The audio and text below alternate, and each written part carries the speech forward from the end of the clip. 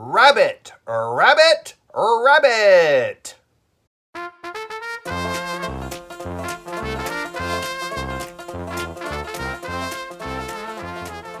Happy New Year! Time for highlights from the new edition of the Old Farmer's Almanac and the story of the month.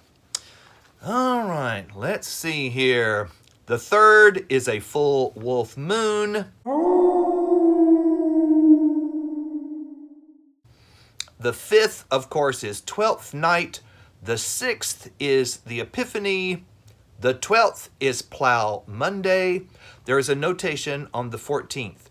If you see grass in January, lock your grain in your granary. Huh?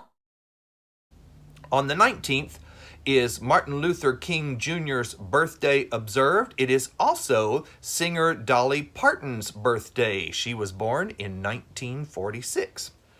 And finally, on the 30th of this month, raccoons mate now. Aw, you're so sweet. You critters have fun, but try to keep it down. The rest of us are trying to sleep.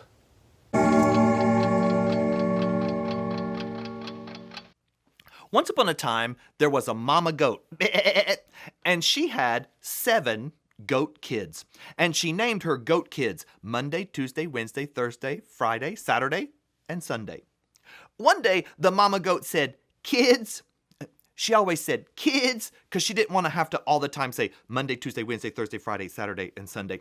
"Kids, I'm going to take a basket on my arm and trip-trap to the market and buy each one of you a special treat. You stay here in our little cottage in the woods and keep the door locked because the big, bad wolf is about. And remember, behave." Well, the goat kids remembered their mother's advice all about behave and locking the door.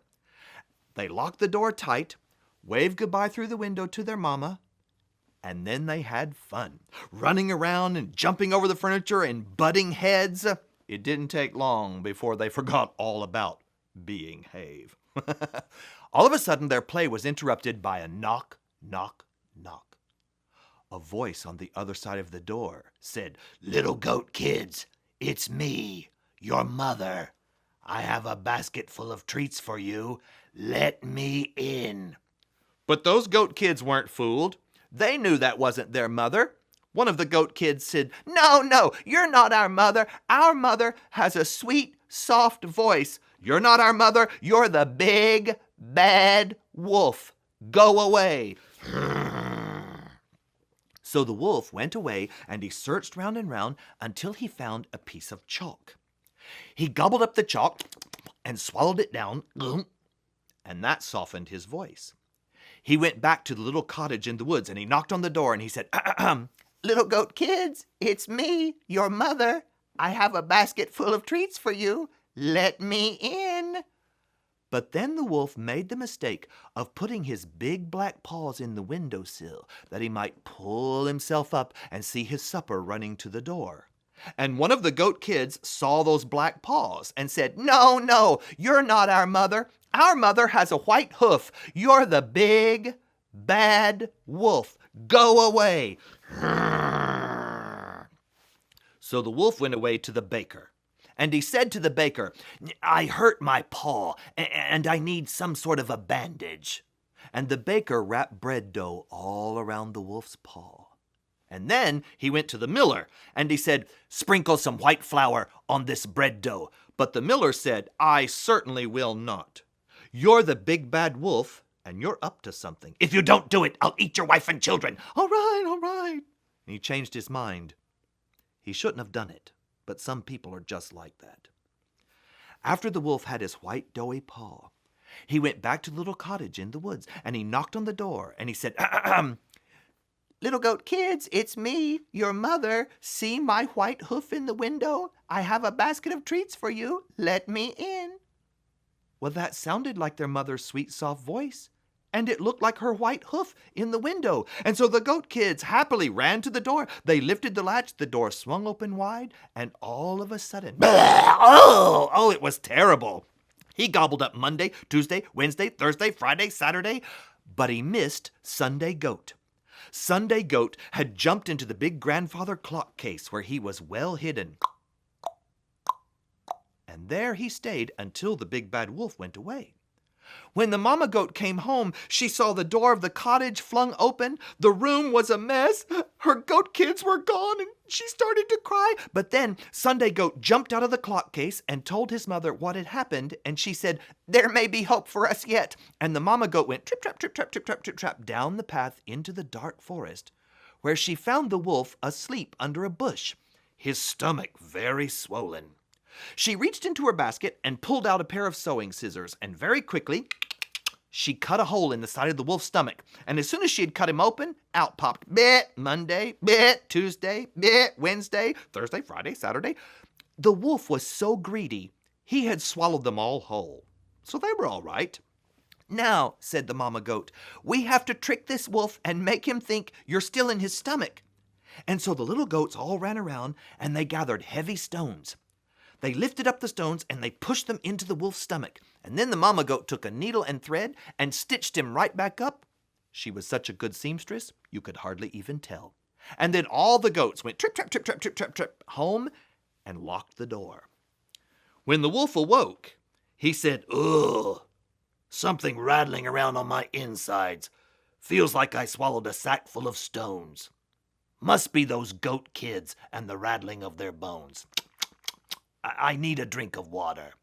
And when he stood up, the heavy stones rattling around on his insides pulled him to the right. Oh! He took a couple stumbling steps, and the stones pulled him to the left. Oh! He went down to the river to take a drink of water, and when he bent over the river, the heavy stones shifted, and they drug him down. Oh! Splash! And he was drowned. And that was the end of that.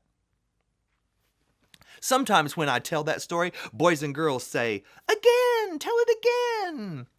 But I don't like to tell the same story over and over and over in the very same way.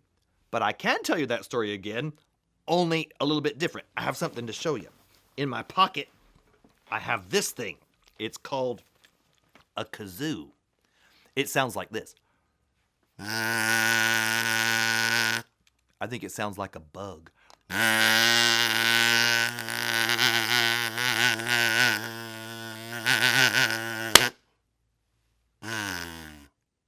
I have stuff I can put on it. Look at this. I have this little attachment. Now it's a trumpet. Oh, I have another thing I can put on it. Look at this. I put this on. It's my overhead cam. Now I can play race car.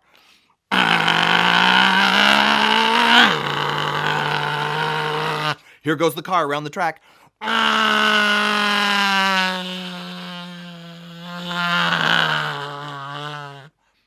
You know what else?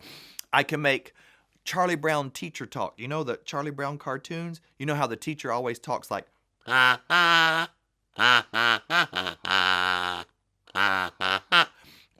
can tell whole stories in Charlie Brown teacher talk. You want me to show you? All right. Let's see if you can understand what I'm saying. Of course. Once upon a time. There you go. See? You're fluent in Charlie Brown teacher talk. I'm going to tell you the story of 7 goat kids again, only all in kazoo language or Charlie Brown teacher talk.